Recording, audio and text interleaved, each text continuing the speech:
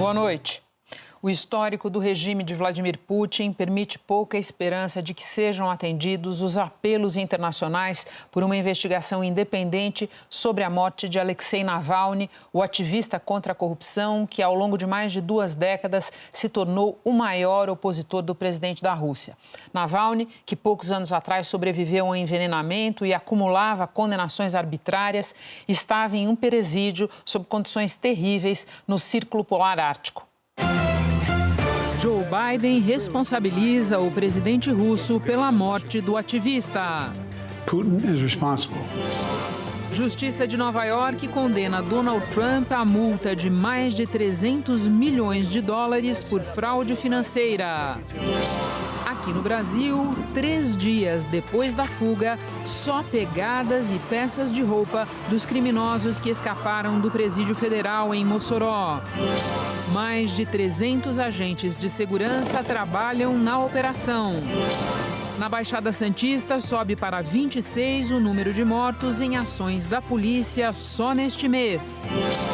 Dengue. Estudo no Rio de Janeiro vai avaliar a eficácia da vacina em adultos. Tem ainda a expectativa da final entre Corinthians e Cruzeiro na Supercopa Feminina de Futebol neste domingo. E os blocos de rua que abrem o fim de semana pós-carnaval.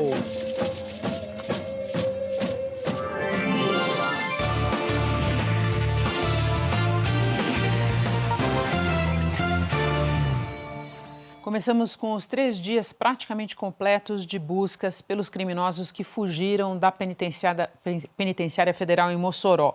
Hoje, a perícia da Polícia Federal, que ainda está em andamento, indicou que a fuga ocorreu pelo buraco onde ficava a luminária da cela. Eles teriam usado 2 barras de ferro para quebrar essa parte superior onde ficava a luminária.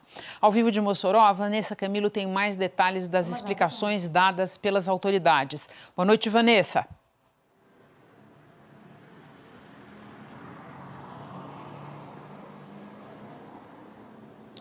Boa noite, Renata. Boa noite a todos que acompanham o Jornal da Globo. O corregedor da penitenciária reforçou hoje que houve falha nos procedimentos.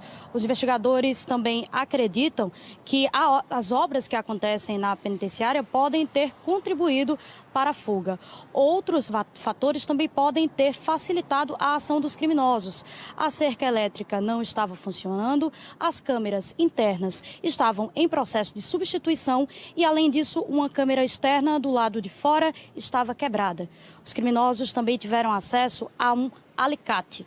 Para acompanhar essas investigações de perto, o secretário nacional de Políticas Penais, André Garcia, vai permanecer em Mossoró. Ele vai voltar para Brasília nesta sexta-feira, mas vai continuar por aqui.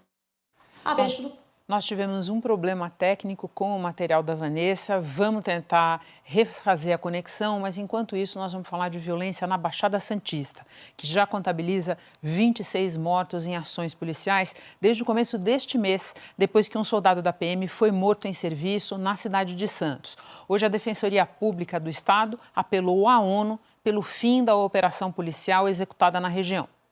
Rodrigo Pires dos Santos, conhecido como Danone, foi morto durante confronto com agentes do COI, o Centro de Operações Especiais da Polícia Militar. Além dele, outros 2 suspeitos também morreram durante a operação. O local de tráfico de drogas mesmo estava inclusive na posse de outros armamentos, ofereceu resistência e acabou atentando contra a vida dos policiais e foi neutralizado. Segundo a Secretaria de Segurança Pública, Danone era um dos chefes do PCC na Baixada. Ele atuava no tráfico internacional de drogas, lavagem de dinheiro e no chamado Tribunal do Crime. Para a Secretaria de Segurança, é ele quem aparece neste vídeo com um fuzil. Danone entrou e saiu do sistema prisional várias vezes e estava foragido desde o ano passado. Com o tiroteio de hoje, a Baixada Santista já contabiliza 26 pessoas mortas em confrontos com a polícia desde o começo do mês. Outras 634 foram presas. Os confrontos na Baixada foram intensificados depois do assassinato do soldado da rota Samuel Wesley Cosmo. Outros 2 PMs foram mortos na região esse ano. A Defensoria Pública de São Paulo enviou um documento à ONU com informações sobre as ações policiais no litoral paulista. No texto, os defensores pedem pelo encerramento imediato das ações e pela obrigatoriedade do uso de câmeras corporais pelos agentes de segurança. Nenhum dos boletins de ocorrência que a Defensoria Pública teve acesso há menção que os policiais estavam portando câmeras corporais. Então, até o momento, a gente não tem informação se essas ocorrências de morte estão ou não registradas. E as notícias que a gente tem recebendo, para além das mortes, são de muitas violações, entradas em domicílio sem autorização, as comunidades todas aterrorizadas. A gente decidiu, então, procurar os órgãos internacionais para que haja alguma sinalização de que o Brasil não pode tolerar esse tipo de violação de direitos. A Defensoria também apresentou informações sobre a Operação Escudo, desencadeada em agosto do ano passado, após a morte do soldado da rota Patrick Bastos Reis, no Guarujá. Em 40 dias, 28 civis morreram em ações policiais. Outros 958 foram presos e quase 1 tonelada de drogas apreendida. A Secretaria de Segurança Pública de São Paulo disse que as polícias do estado são legalistas e que as mortes resultam da reação de criminosos. A nota diz ainda que as mortes são investigadas com acompanhamento do Ministério Público e da Justiça. A gente não conseguiu restabelecer contato com a Vanessa Camilo em Mossoró, mas vamos mostrar agora a reportagem que ela fez ao longo do dia sobre as buscas pelos fugitivos.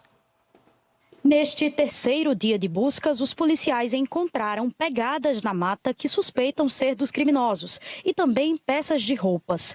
2 camisas, uma igual à usada pelos detentos pendurada num galho e uma colcha que estava em uma casa furtada na madrugada de quarta que fica a 10 quilômetros da penitenciária.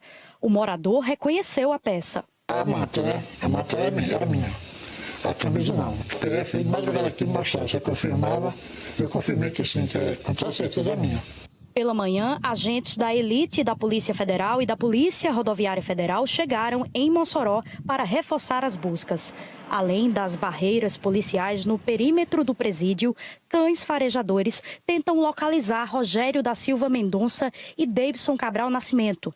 As autoridades acreditam que os fugitivos estejam em uma área de mata no raio de 15 quilômetros da penitenciária e querem evitar que eles saiam da região.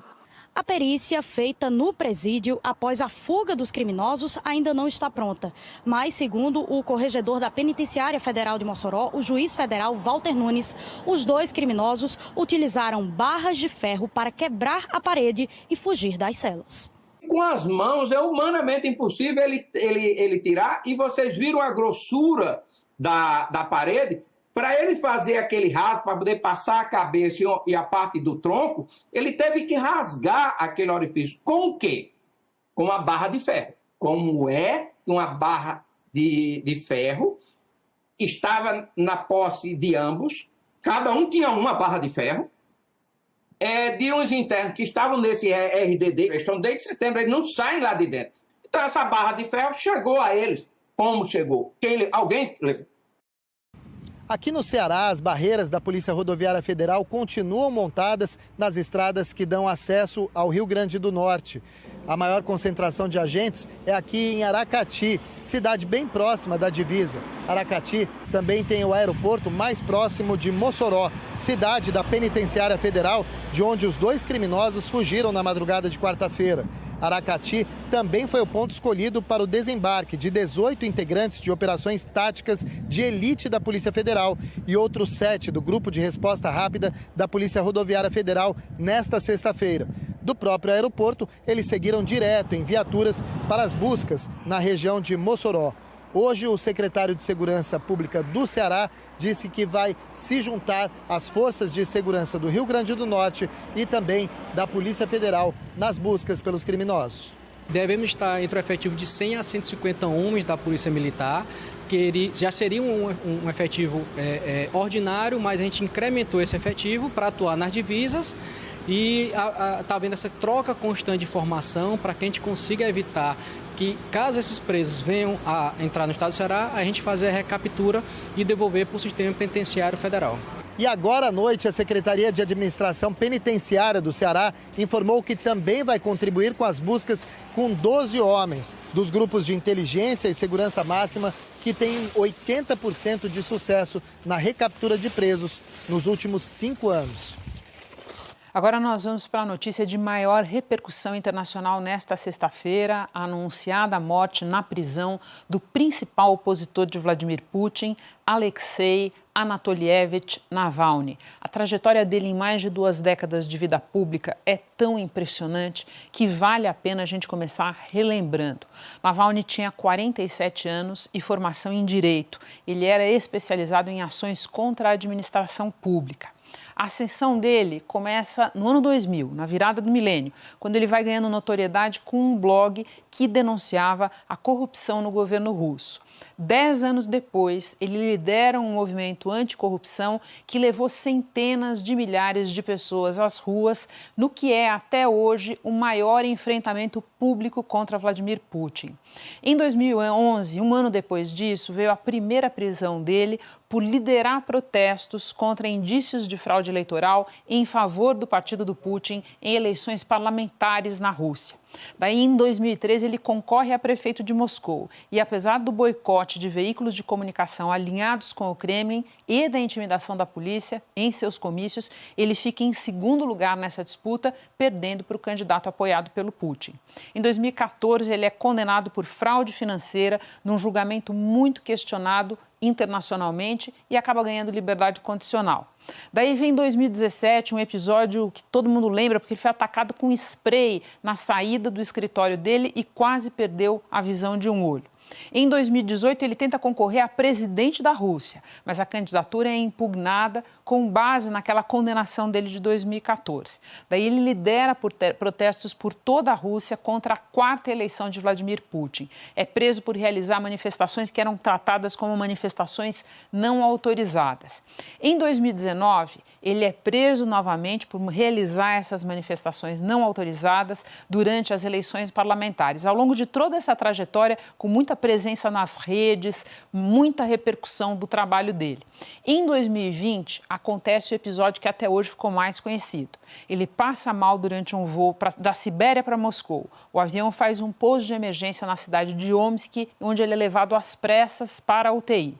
Depois de muita negociação diplomática, autoriza-se a saída dele da Rússia. Ele é transportado para Berlim, onde é diagnosticado com envenenamento por Novichok, que é uma droga que ataca o sistema nervoso e que foi criada na extinta União Soviética. Em 2021, ele é detido ao retornar da Alemanha. Ele retornou de moto próprio. Muita gente dizia que ele não devia voltar. E, ao chegar, ele é acusado de violar a liberdade condicional. Condenado a 2 anos e 8 meses de prisão, onde faz greve de fome, reportando maus tratos, sempre em prisões das mais duras existentes na Rússia. Em 23, daí vem a mais pesada das condenações. 19 anos de prisão por acusações que incluem financiar e incitar publicamente atividades que a Rússia considera extremistas e até, por aspas, reabilitar a ideologia nazista, fecha aspas. Isso num julgamento a portas fechadas, ele é considerado culpado de todas essas acusações. No fim do ano passado, ele fica 3 semanas desaparecido, inclusive dos advogados dele, até que ressurge nessa prisão no Ártico. As informações cheias de lacunas sobre as circunstâncias da morte de Alexei Navalny vêm todas de órgãos oficiais, subordinados ao mesmo governo que passou anos cometendo todo tipo de arbitrariedade contra ele. Na Rússia, até as manifestações públicas de pesar estão proibidas, mas aconteceram hoje. Agora à noite, grupos de russos depositaram flores em memoriais improvisados para Alexei Navalny, apesar das advertências das autoridades de que tais homenagens são ilegais. Houve fila para colocar flores em monumentos às vítimas da repressão política nas cidades de Moscou e São Petersburgo. Manifestações também diante de embaixadas da Rússia por toda a Europa, em cidades como Sofia, Londres, Paris e nas capitais da Lituânia e da Geórgia. Segundo a agência TASS, Navalny sentiu-se mal depois de uma caminhada e perdeu a consciência. A equipe de socorro chegou rapidamente e tentou reanimá-lo com todas as medidas necessárias, afirmou a agência de notícias russa. Segundo a TV estatal do país, Navalny morreu de embolia. O oposicionista russo estava na colônia penal apelidada de Lobo Polar, localizada no Círculo Polar Ártico, a 2.000 quilômetros de Moscou. Nesta época do ano, as temperaturas costumam passar dos 20 graus negativos. O acesso e a comunicação com o mundo exterior ali são muito restritos. Na última mensagem nas redes sociais, publicada na quarta-feira, Navalny escreveu: "Acabaram de me dar 15 dias em uma cela de isolamento. Esta é a 4ª punição em menos de 2 meses." Alexei Navalny foi visto em público pela última vez ontem, quando compareceu por vídeo em uma audiência judicial. De pé, atrás de grades, aparentava bom humor. Líderes de vários países acusaram o governo russo de ser o responsável pela morte do oposicionista. O presidente da Ucrânia, em guerra com a Rússia há quase 2 anos, afirmou que Navalny foi assassinado, assim como milhares de outros que são torturados até a morte por causa de Vladimir Putin. Ao lado de Volodymyr Zelensky, o primeiro-ministro alemão Olaf Scholz disse que o líder da oposição russa pagou com a vida pela sua coragem. Scholz e Zelensky assinaram hoje um pacto de segurança bilateral.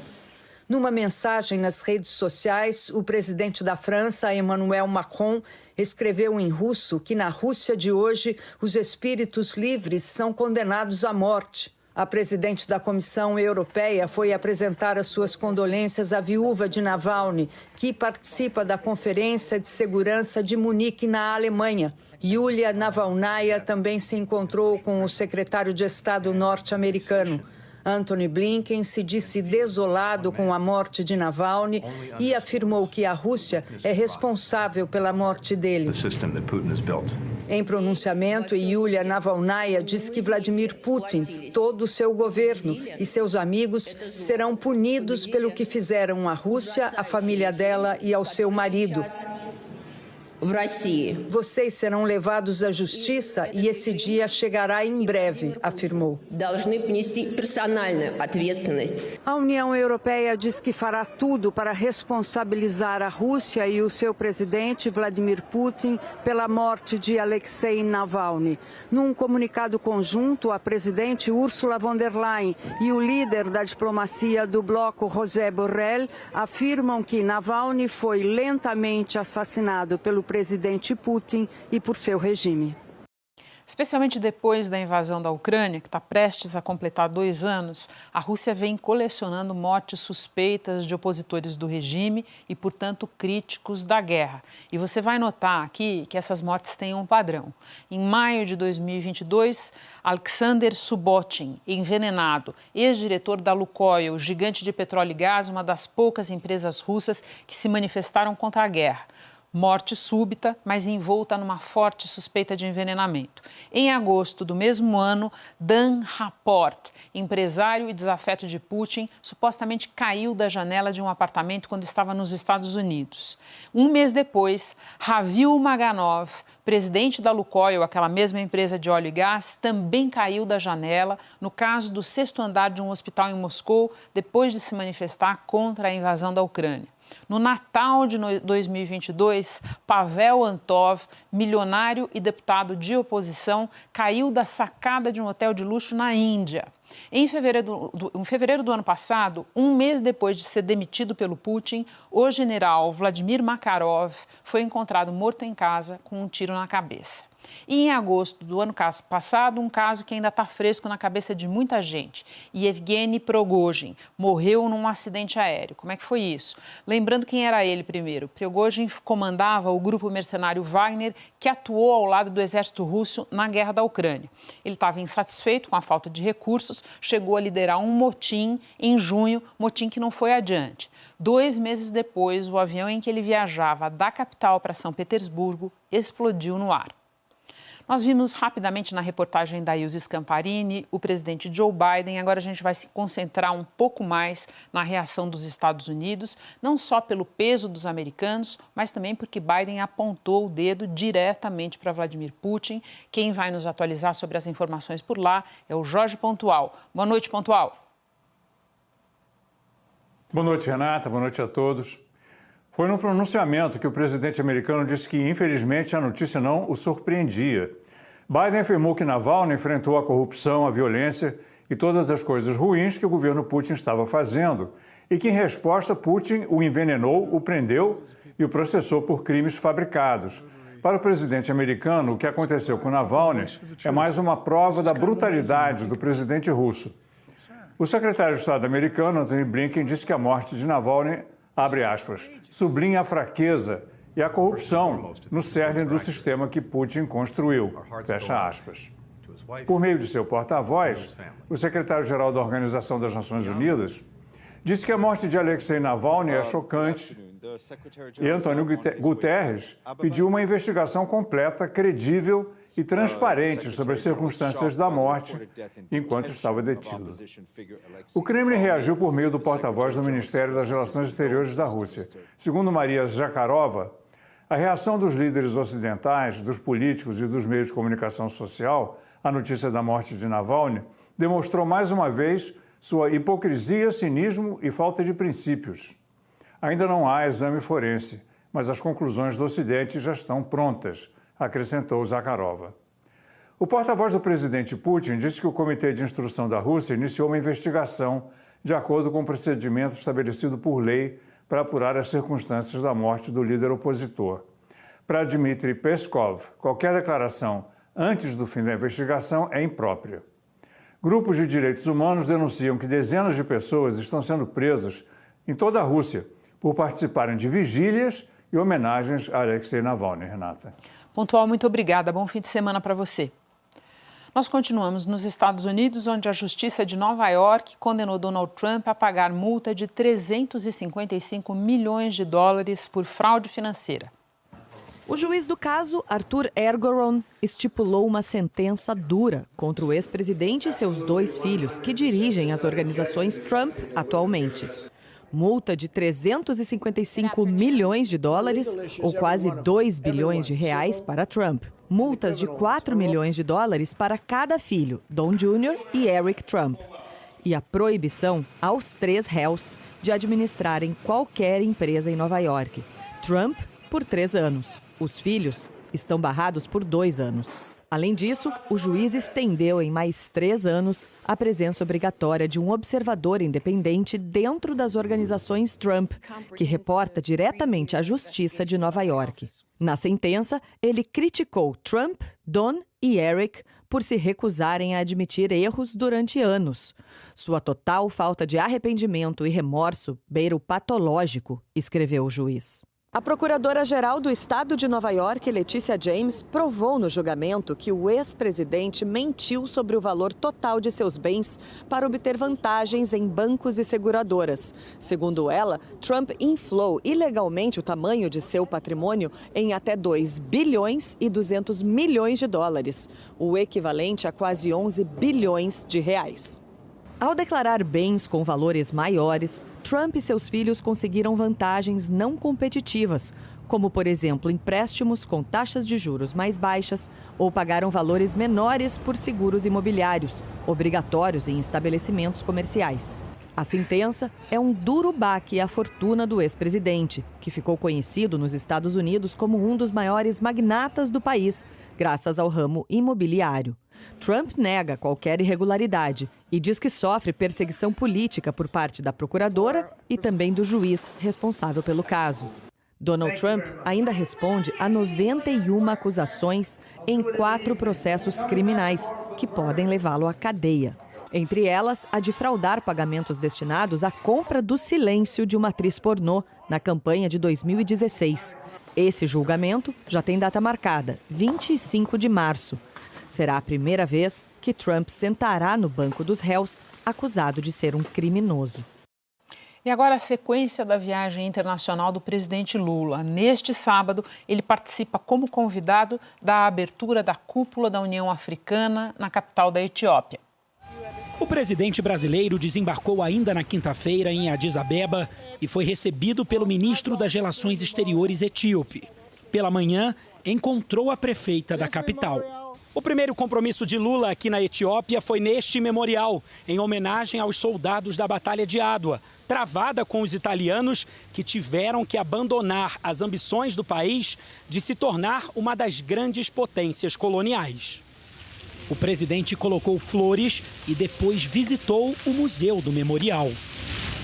De lá, Lula participou de uma reunião privada e de um almoço a portas fechadas com o primeiro-ministro do país, Abiy Ahmed, ganhador do Prêmio Nobel da Paz em 2019 e que agora enfrenta críticas no cenário internacional por perseguição a grupos étnicos dentro do próprio país. De acordo com o Itamaraty, eles discutiram temas como cooperação para o desenvolvimento do comércio, além da entrada do Brasil num projeto de legado verde do governo etíope e um aprofundamento nos programas de combate à miséria. A importância da aliança global contra a fome e contra a pobreza. Nesse aspecto, nós vamos desde um entendimento sobre produção, ou seja, cooperação. Estamos falando de uma região que tem um amplo potencial de crescimento, ou seja, aqui crescimento com investimentos em tecnologias, do qual o Brasil já participa com a Embrapa, com um conjunto de outros países. O penúltimo compromisso desse primeiro dia de Lula em Addis Abeba seria a participação num evento da ONU sobre financiamento de ações contra as mudanças climáticas e segurança alimentar. Mas Lula cancelou essa agenda em função de outros chefes de Estado africanos estarem numa reunião de emergência sobre os últimos confrontos no Congo e também terem cancelado a participação no painel. Segundo o governo, um dos principais objetivos do presidente Lula nessa viagem é a articulação com países africanos de um apoio para a reforma das organizações internacionais. Desde o ano passado, Lula vem criticando a incapacidade do Conselho de Segurança da ONU de intervir efetivamente nos conflitos mundiais. O tema será discutido neste sábado na cúpula da União Africana, com a participação de 55 países do continente.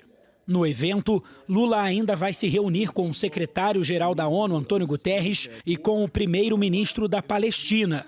Nos dois encontros, o assunto deverá ser a guerra entre Israel e o Hamas. No próximo bloco, um estudo inédito para medir a eficácia da vacina da dengue em adultos. Voltamos para falar de dengue, o maior problema de saúde pública do Brasil neste início de 2024. A cidade do Rio de Janeiro deu início a um estudo para avaliar a eficácia da vacina no público adulto. Ao vivo de lá, o Edivaldo Dondossola nos explica como vai funcionar. Boa noite, Dondossola.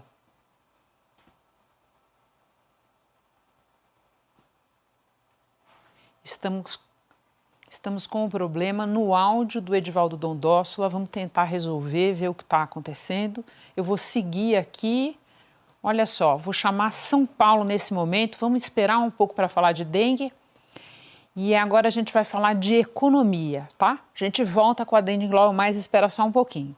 Nosso assunto em economia é a taxa de desemprego, que caiu em apenas 2 estados no 4º trimestre do ano passado, na comparação com o trimestre anterior. Esses são números do IBGE. No Rio de Janeiro, a melhora foi puxada pelo crescimento das vagas na indústria e nos serviços. Já no Rio Grande do Norte, houve uma redução na busca por emprego. E foi isso que fez a taxa ficar melhorzinha. Na contramão ficaram Rondônia, a gente vê ali, e Mato Grosso, com alta na desocupação. Nos outros estados, a taxa de desemprego ficou mais ou menos estável no período. Esse resultado do telão mostra que a desaceleração da economia no fim do ano passado já começa a impactar o mercado de trabalho. Assunto para o Felipe Gonçalves, que conversa com a gente agora ao vivo. Boa noite, Felipe. Boa noite, Renata. E boa noite para você. A taxa de desemprego do ano passado foi a menor desde 2014, com recorde de trabalhadores ocupados. Mas o último trimestre do ano destoou um pouco do restante de 2023. Só o sudeste das 5 regiões do país teve queda na taxa de desocupação, puxada justamente pelo Rio de Janeiro, como a Renata destacou. Nas outras 4 regiões, houve estabilidade.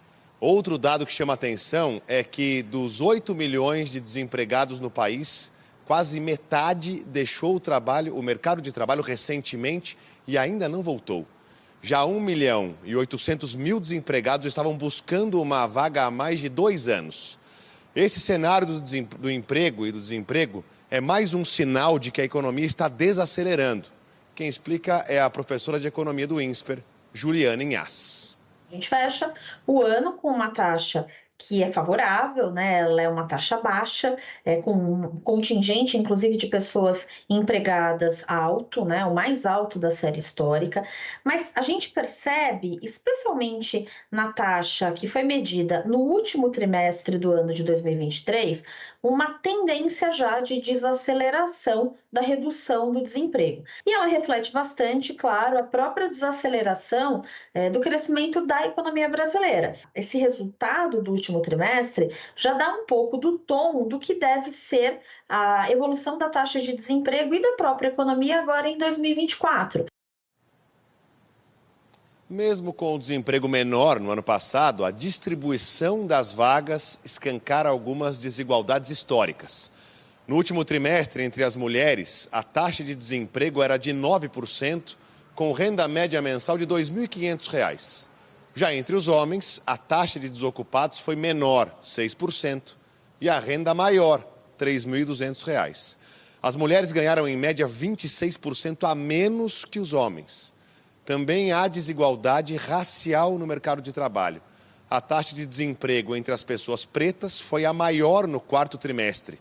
Em seguida, a dos pardos e a mais baixa entre os brancos, que, inclusive, foi menor que a média do país. Essas diferenças sociais que existem historicamente na economia brasileira, elas infelizmente continuam se aprofundando. Elas continuam existindo, elas continuam criando uma diferença entre os trabalhadores, de modo que esses trabalhadores que hoje já entram no mercado de trabalho muitas vezes numa condição diferente, eles enfrentam dificuldades maiores ainda ao longo do tempo. Então, dificilmente a gente vai conseguir ver esses trabalhadores com a mesma oportunidade, as mesmas igualdades de oportunidades que a gente enxerga, por exemplo, para trabalhadores que são brancos ou para os homens. Felipe, muito obrigada pelas informações, pelo panorama. Bom descanso para você. Agora sim, a gente conseguiu restabelecer o contato com Edivaldo Dondosola e ele volta para nos falar sobre a dengue, vai explicar como vai funcionar esse estudo feito no Rio de Janeiro para avaliar a eficácia da vacina no público adulto. Dondosola, prossiga, por favor. Oi, Renata. Agora sim, boa noite para você e para você ligado com a gente aqui no Jornal da Globo. Especialistas da Fiocruz, do Ministério da Saúde e da Prefeitura do Rio querem comparar os casos de internações e mortes e avaliar o comportamento do vírus entre os vacinados e os não vacinados. A área escolhida para esse estudo foi Barra de Guaratiba, bairro da Zona Oeste do Rio, que tem alta incidência de casos de dengue na cidade. 20 mil moradores entre 18 e 40 anos foram escolhidos. A Pauliane, de 32 anos, foi convidada a participar como voluntária. Acabou sendo a primeira moradora do estado do Rio a tomar o imunizante na rede pública.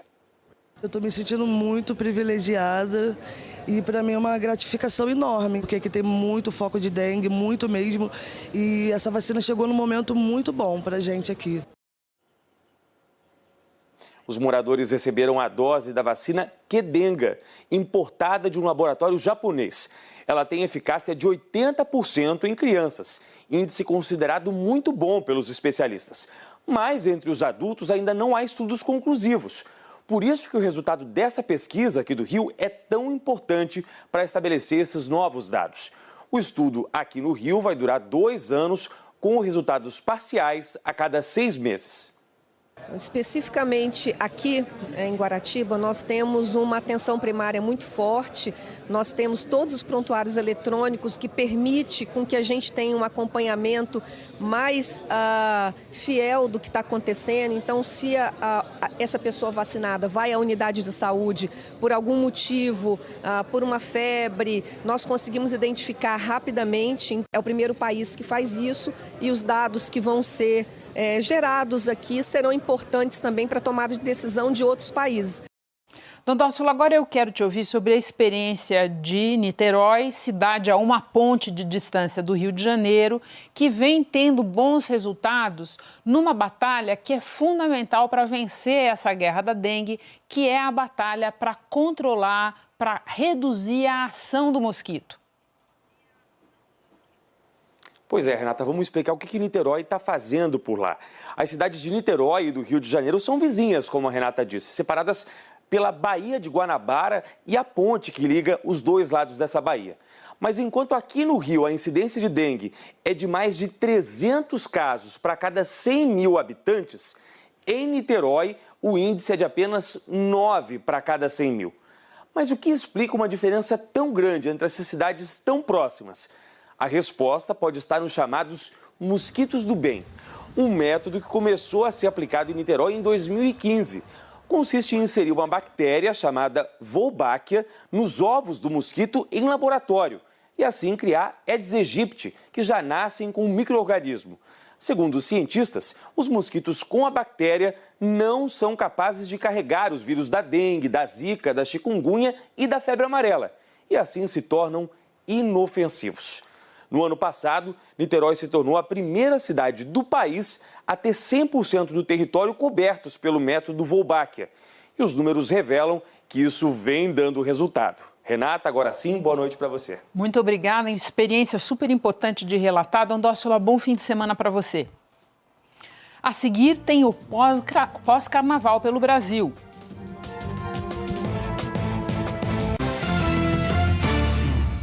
Voltamos com o futebol. O Corinthians enfrenta o Cruzeiro na decisão da Supercopa Feminina neste domingo. A Globo transmite o jogo às 10h30 da manhã.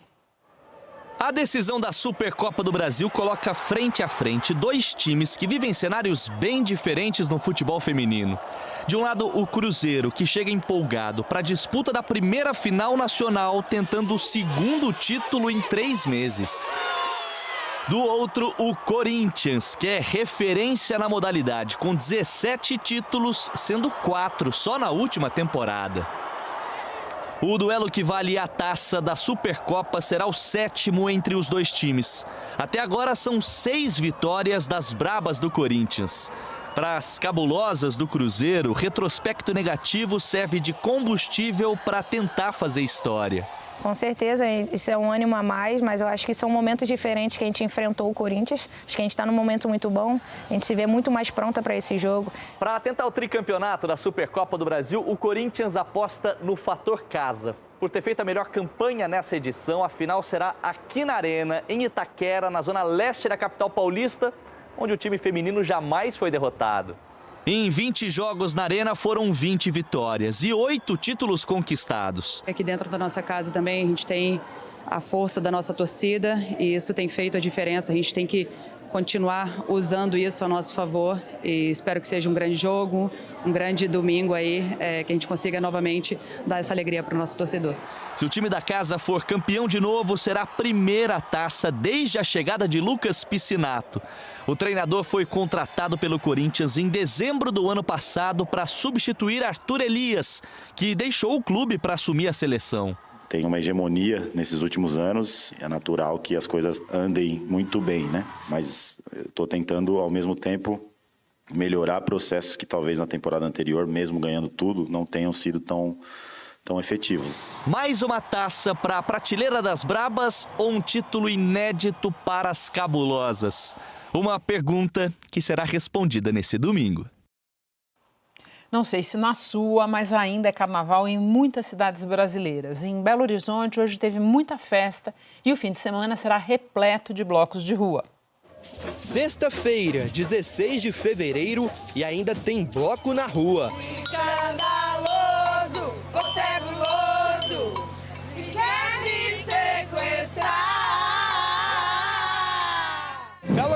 Horizonte é uma das cidades em que os foliões não querem deixar a festa acabar. Hoje, o bloco Coisas da Rita veio para as ruas para homenagear uma das principais artistas do nosso país, a cantora Rita Lee, que nos deixou no ano passado. Todo mundo, é apaixonado pela obra da Rita Lee, e aqui estamos nessa grande festa, como oração para ela, fazendo essa homenagem lá no céu. Desde o dia 27 de janeiro, só na capital mineira, foram mais de 500 desfiles. E teve bloco para todos os gostos. Para os fãs do axé, da batida do funk, das melodias do ritmo brega, do jazz e do blues, da batida do eletrônico e até o sertanejo.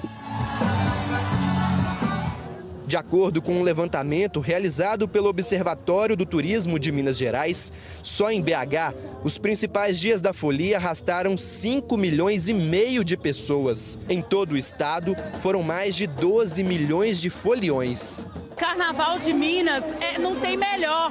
Olha que eu sou de vários carnavais, de vários estados, mas o de Minas é o melhor. Primeira vez no Carnaval do Brasil, estou adorando, estou ficando apaixonada. Belo Horizonte, maravilhoso. Esse pessoal todo movimentou mais de 4 bilhões e 700 milhões de reais. 100 mil vagas temporárias foram criadas no período. Mais de 20 mil ambulantes se cadastraram para trabalhar no Carnaval de Belo Horizonte. Enquanto o pessoal diverte, eu faturo. Carnaval é para isso. Em São Paulo, pós-carnaval também já é tradição. Neste final de semana, mais de 126 blocos vão para as ruas. Entre eles, a Pipoca da Rainha, com Daniela Mercury, que deve levar milhares de foliões para as ruas da cidade. No Rio, durante este final de semana, 42 blocos vão desfilar pela cidade. Destaques para o bloco da Anitta no sábado e monobloco no domingo. Em BH, o carnaval também se despede só no domingo. Até lá, mais de 35 blocos ainda vão desfilar. Entre eles, o do DJ Pedro Sampaio e do grupo El Chan. O Jornal da